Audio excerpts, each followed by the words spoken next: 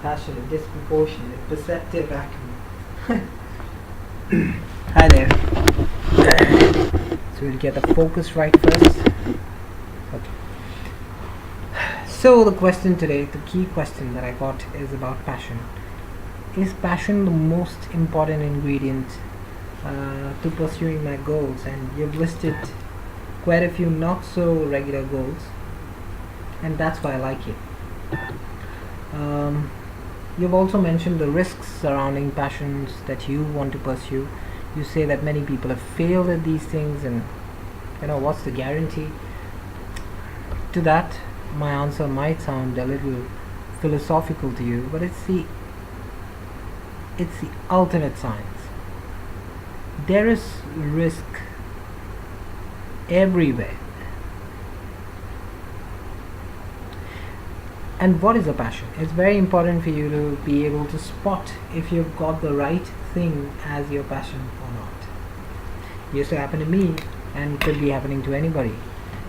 A passion is mostly something that, in my opinion, a passion is something that occurs to you. It is not a learnt affair. Nobody told me to be passionate about martial art. I mean, I re-picked it at the age of 28. I was very late to do it. That's what most of the voices surrounding me told me. Like 28, you want to restart martial art? That's like too late. You gotta be a family guy. You gotta get into different things in life. That's a foolish thing to pursue. I mean, training, martial art, how they connected. Same is the thing they used to talk about my dramatics, my music. How am I passionate about music? I don't know. It just happened to me. Ever since I have been associated with music in some form or the other. From listening to it to trying to sing to being where some bands are, or attempting whatever I can. That's how passions are. So it won't be wrong to say that you're born with your passions, or you find them basis how a few things influence you in your formative years. So when I say I'm really, really fond of theatrics or drama, it is probably because I was exposed to some movie when I was a little kid that really influenced me, or music because I did have an uncle who was very fond of music, and I used to get the best records, the fastest at home, in spite of all the limited resources that we had. So that's where my passion for music grew from. So if you have a passion like that, please don't put logic to it and spoil it. Your life is one opportunity for you to pursue your passion, and there will be risks associated with it. Risks that are anyway part of your daily lives. Risks of failing. And whenever I'm introduced to this word called failure, I think it's a beautiful platform. A failure is a beautiful platform for you to learn things. Successes lead to parties, celebrations. Failures lead to lessons. They lead to thinking. After a massive failure, where do you picture yourself to be? I picture myself to be in the dark corner of a veranda trying to think of why did I do things that way. And then it leads me to more thinking, better thoughts, more defined pathways, richer meanings. There is such massive outcome of failures that it clearly outdoes any success story. So if there is anything progressive happening on this planet today, or ever to happen, it will be the outcome of a failure and not a success. Okay? I think that defines passion in the most legit way. By the way, the other day I read someone calling it legit and not legit. Leg it. Anyway, the second crucial point that I have to tell you is parents. You've mentioned a lot of things that you get to hear constantly from your family, especially your father. Rings a few bells. It's about not being very clear about what you want to do, and you're always wavering. Your confidence seems to be dwindling all the time, and I can sense from all your queries that you've written, Neil, that your own confidence in yourself is withering. And I have been there. Okay, I have been there a couple of times in life, at a professional level, academic level, personal level, call it any aspect of life. All of us have those really, really tough days where we are trying to gather at least one pinch of confidence and we don't even get that out of our system. Why that happens is because people are loading us with their own personal experiences, and most of the talk, when they're not in favor of what you want to pursue, unfortunately they end up quoting more of negative instances of their own experience. What I'd like to highlight though is only you know what you want to do. Much like I knew what I wanted to do. People always used to ask me questions like, what are the next few levels? They were talking about planning it. And I tell you what, I'm really pro being farsighted and planned.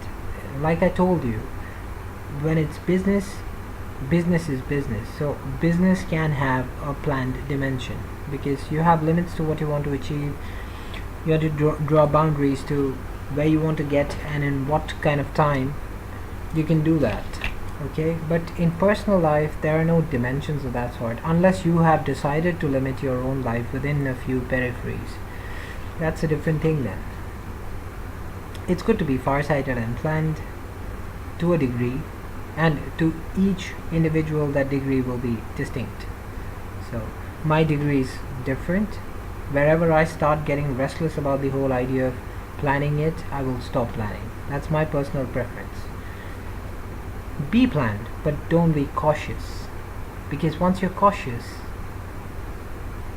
even when you breathe, the pattern of breathing is different. When you're worried, when you're scared, when you're cautious, and when you're confident, and when you just want to go with it, you look different, you feel different, you sound different, everything is different about you. So it's a psychological bent, my friend. You've already lost the fight if you're too worried about losing it. Okay, I know that's a proverb, but these are scientific extracts that I'm sharing with you, that my mind has drawn from its experiences. To your father, unfortunately, some of the things you say will never make sense because he is not the one who's living it in his brain. Okay, so personally, that's, I heard this fancy expression, it's called perceptive acumen and all of that. Managing perceptions and ensuring positive perception around you and all that. I like the innovative expression perceptive acumen, but I turned down the concept. My life is not about managing somebody's perceptions, and I have no arrogance when I say this, but I have 100% pride in whatever my dream is, and I respect anyone who has 100% pride in whatever their dream is, their goal is. They might be failing, they might be falling down several times, but if they are sure they'll get there, either they'll get there or they'll be happily ready to die trying to get there, but they won't be sitting somewhere listening to others say that they can't. And same applies to you. You want to try hard? Go and try hard.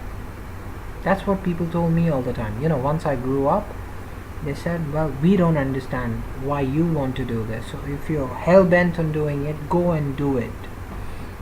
And there are a lot of things like that I did. And I'm glad I did that.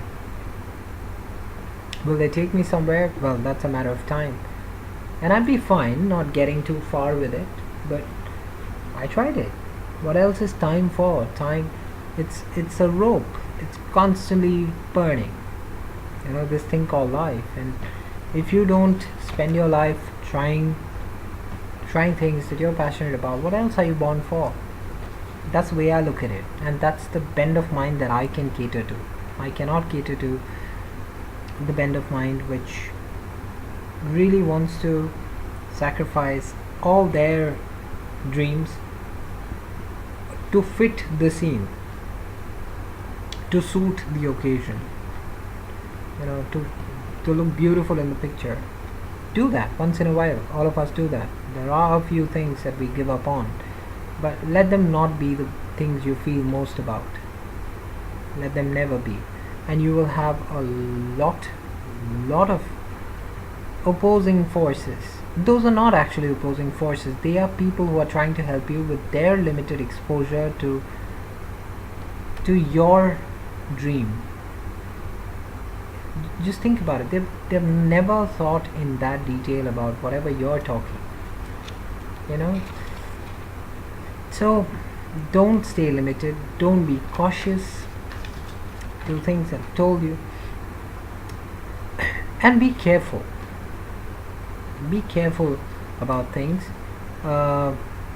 Understand, most of the times, the biggest battles are won once we have talked ourselves out of things. So the toughest guy to make understand is myself. I need to sit with myself and think through, okay, these are the possibilities. These are the spots where I can crash land. This is where I'm sailing, this is where I'm sinking. Am I prepared for it? The answer is yes, you are. That's a good answer. But if the answer is I'm not sure, then you think through. Then probably you're not pursuing your passion. Okay? This is the fantastic thing about this era, is that we get so much information, but that's our bane too. It's a boon and a bane. It's like a twin-edged sword. Classic deterrent. The problem is we have so much information now that at times we don't know where to go with it. You look up anything on the internet, you have so many perspectives, opinions, that you actually don't know which one to pursue. That's why I've always made it a point not to rely on some existing document or tried and tested theory that gets you there for sure.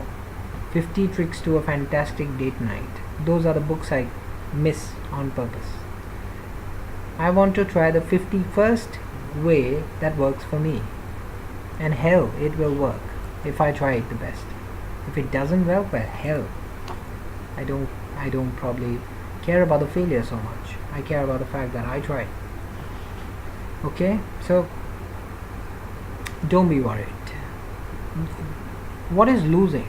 You might be losing on a target set by the world. But you will gain the exposure of having lived your pursuit of chasing what you adore so much. It could be a profession, like I mentioned. It could be, I will wish that it's not a relationship, because that's supposed to work on a different tangent altogether. It's supposed to operate on love. But yeah, whatever it is that drives you up from the bed in the morning, martial art was clearly something that used to get me up from the bed, even when I was unwell. And certain situations, they put you on an edge. I don't know if you've noticed or not, but to quote an instance, I remember this day when I was terribly unwell and I was not able to walk even 500 meters, let alone any more than that. But I had forgotten my debit card in one of the ATM machines when I was trying to draw the money. I left my debit card there. And I started running back. Okay? I ran back, got my card, fortunately, and sat back in the car. And I thought of the thing that I ignored so conveniently. I ran. I was not able to walk. I ran back to the ATM. So it was just a situation. I got the power automatically. I I got the spirit to be there. Personally, I'm not so worried about such things, but it's how my brain worked in a crisis situation. I did not control it. I did not give it any special instructions. It forced my legs to move faster. I ran. I achieved my target. I came back, sat back in the car. You might have done 1,000 things like that through your life and forgotten about it. So it does not mean you lack experience. It means that you did not log them properly. I created logs because I was interested in observing them. That's my personal interest. I like studying these things, how brains work. So, no caution please. Okay, talking about perceptions again, I value everyone's perception. If a person says that I'm not a great presenter, I will value their input. Will I change something about how I operate? Certainly not. Certainly not. I'm not going to change who I am basis someone's observation about me. It will help, but I need to be the person who tells myself that I need to change because I'm not comfortable with the way things are with me at the moment. It's like, to cite an example, this is a wallet. Okay, looks pretty fluffy and heavy, but how much money does it have in it? Not much. It's got all paper in it and bills and cards. But to a thief it might appear to be a wallet that's full of money, and a far leaner wallet may have brand new notes of currency in it. So massive stupidity, right? Perception, this is the problem with perception. It is driven by circumstances. It's even driven by the weather. When you wake up in the morning and it's raining outside or it's beautiful weather outside, the chemicals in your body operate so differently. The entire plan of the day changes many a times. Not that you skip work every day, but the pace at which you do things will change. You might sit down first and listen to some music, or you might have a hot cup of tea instead of rushing to the newspaper stall. So somebody who reads the papers first thing in the morning, going for tea first thing in the morning is a massive change, and that's a situational change that you picked. And that sort of adaptation of circumstances is the biggest power human beings are gifted with, I think. That's something that other creatures don't have to that extent. We can mold ourselves according to circumstances. We can turn saviors, we can turn weapons. We have enough examples around us every day. They are all skilled people, but the purposes for which they have picked the weapon are so varied. Some are life supportive, life promoting, some are life threatening.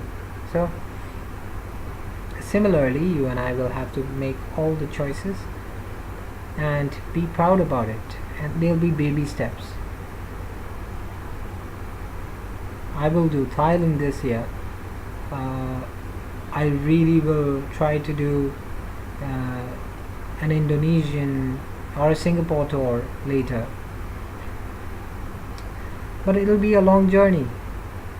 Just because I want it to work right now, I don't see things happening out of the blue. So that's exactly what I tell people. If you're going to pursue your goals, some of those lanes will look very dark, lonely, and disappointing. You have to live with that. It's all about your power to contain your passion in your mind, in spite of all the odds that's around you. That's what makes great people, I think, personally I don't follow, and there is no prejudice to it. I don't really look up to entrepreneurs or great achievers, financial achievers so much.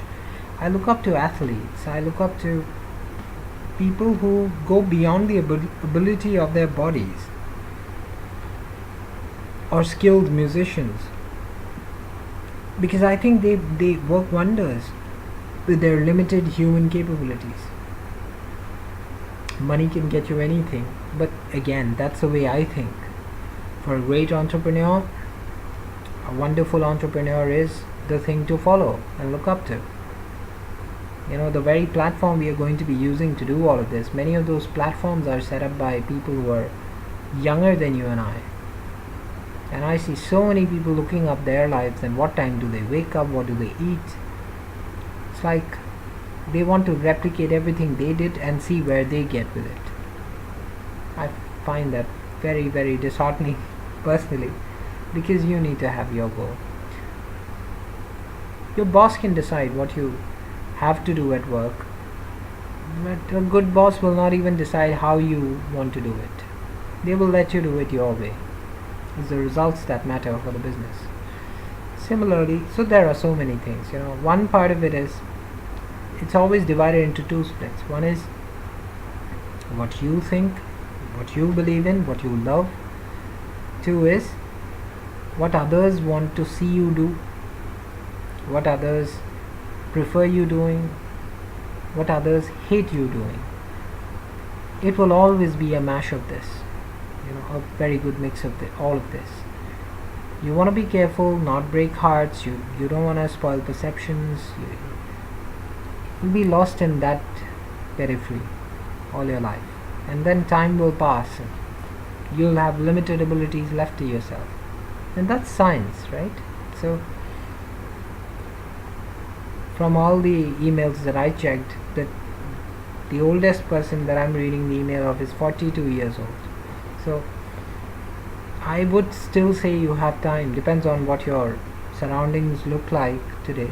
If you have 2 kids, you've got to manage their school, education and all of that. Well, you have stacked up responsibility now, so good luck with that. You have to master the balancing act. But for the rest of you who are in their 30s, 20s, 23 is a good age. It's always about getting the right inferences, not really advice, inferences, reference point. Like, I wish I had so many reference points when I was 22 or 20 or 25. I really had to live my life to trial and error method many a times, Even by the time I got to decide that training and coaching is the right profession for me, I was pretty old by then. By 25 or 26 is when I had that thought settling in my head that coaching is what I love to pursue for a profession. And what I coach on will keep varying. It might be organizational development, it could be martial art. I will keep changing the stream spaces, my acquired knowledge. But coaching is the field that I want to be in. Similarly, by the time you reach a stage where your confidence in your area of expertise starts taking a form or shape, by that time you should have enough people to guide you through it with the least possible brushes against risks. You can only limit those risks to a certain degree. You will have to take those risks. Whether I'm succeeding or not, I really don't know. What the fun part is, I really don't care. Because I'll be the person I'll have to impress the most. And obviously there'll be bearers surrounding me, people who love me, value me, want to stick around me. They will stick by. That's the number one condition, okay? People who let you go when you take decisions which don't suit their taste, it's best you let them walk away. So stick around with people who believe in your dreams, your passions. They're passionate about it, Look up the lives of any great athletes. They have the knowledge. The ones who are married, at least this is what they say about their partners, that their partners have been really, really pivotal in their success, because if it's an athlete, you have to wake up at a certain time, you have to ensure that the person gets the right nutrition. There are so many things involved in it. So you and I will have to really, really manage those choices very intelligently. On that note, I know this is a very long talk and I can go on this forever, like there's no dearth of references and proverbs in this context, but pursue your passions. The attempt is not to make the world a better place, it is to give you your space in this world. This large world, you need to have your corner where you feel good about life. Otherwise, the word good just stays in books forever. You're not living it, you're nowhere close to it, you don't feel good when you wake up, you're just going with the whatever life throws at you. Wanna do that? Do that. But I've seen people who pick up their boxing gloves every day, they go and practice. Then one day they show up on the television, they have turned Muhammad Ali's of the world, or they've turned Mike Tyson's of the world, because they pursued their passion, my friend. And they put everything on the line to get where they want to. You do that, you too will be, if not there, you will be somewhere where you're respected, because you're passionate about it. So, simple. It comes late, but it comes. Take care.